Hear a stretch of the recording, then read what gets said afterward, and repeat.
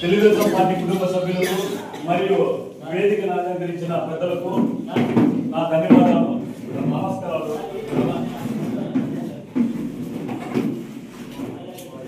క్రమశిక్షణకు మారుపేరు 1983 నుండి పార్టీని వ్యవస్థాపించినటువంటి మన నందమూరి తారక రామారావు గారు ఈ పార్టీకి క్రమశిక్షణ మారుపేరుగా ఈ యొక్క పార్టీని ముందుకు తీసుకుపోవడం జరిగింది.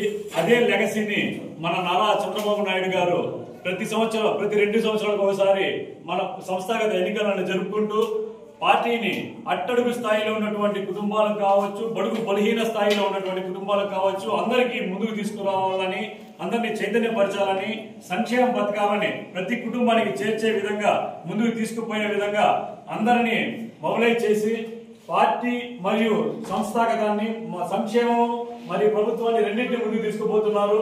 కాబట్టి ఈ యొక్క సంస్థాగత ఎన్నికల్ని ప్రతి 2 సంవత్సరాలకు ఒకసారి జరుపుకోవడం ఆనవాయితీ జరుగుతోంది. ఆ కోణంలోనే ఈ రోజు పులిచెర్ల మండలానికి పరిశీలకులుగా రామకృష్ణని నియమించడం జరిగింది పార్టీ.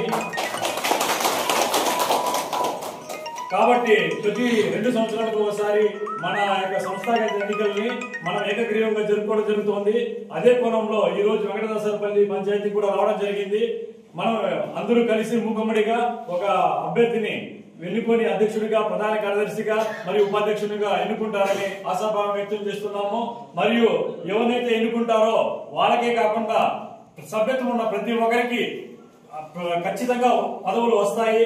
ఎందుకంటే గ్రామ స్థాయిలో కావచ్చు, మండల స్థాయిలో కావచ్చు, నియోజకవర్గ స్థాయిలో కావచ్చు, జిల్లా స్థాయిలో కావచ్చు, అర్హులైతే రాష్ట్ర స్థాయిలో కూడా పదవులు వస్తాయి. కాబట్టి ప్రతి ఒక్కరికి పదవి వస్తుంది. నాకు రాలేదు, నీకు వచ్చింది అనే